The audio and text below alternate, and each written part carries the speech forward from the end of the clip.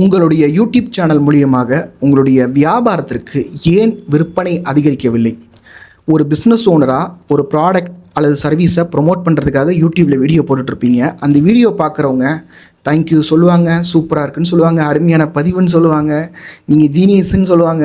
ஆனால் ஒரு product and service எடுத்துகிட்டு போய் அவங்க முன்னாடி நின்னீங்கன்னா அதை வாங்கவே மாட்டாங்க. மனசு அப்படியே கல்லாயிரும், அப்படியே ஃப்ரீஸ் ஆயிடுவாங்க, பேச்சு மூச்சே இல்லாமல் இருப்பாங்க. இதுக்கு என்ன காரணம்னா, நீங்கள் தப்பான ஆடியன்ஸ் கிட்ட கம்யூனிகேட் பண்ணுறீங்க. ஒரு உதாரணம் சொல்கிறேன்.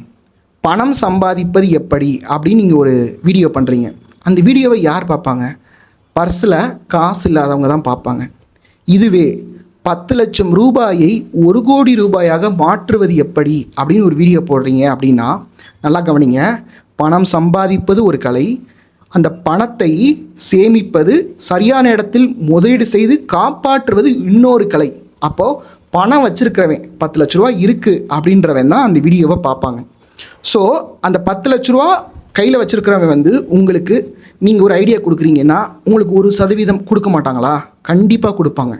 ஸோ இதை எல்லாரும் ஃபாலோ பண்ணுங்கள். இப்போ நீங்கள் ஒரு ஹாஸ்பிட்டலாக இருக்கீங்கன்னா, ஒரு காய்ச்சல், தலைவலி, உணவுகள் அப்படின்னு போட்டிங்கன்னா அது நிறைய பேர் ரீச் ஆகும். இதுவே ஒரு சர்ஜரி ஓரியன்டாக போட்டிங்கன்னா அதை பார்க்கக்கூடிய ஆடியன்ஸ், அந்த சர்ஜரி ரிலேட்டடாக ப்ராப்ளம் இருக்கிறவங்க ஒரு லிமிட்டடாக தான் இருப்பாங்க.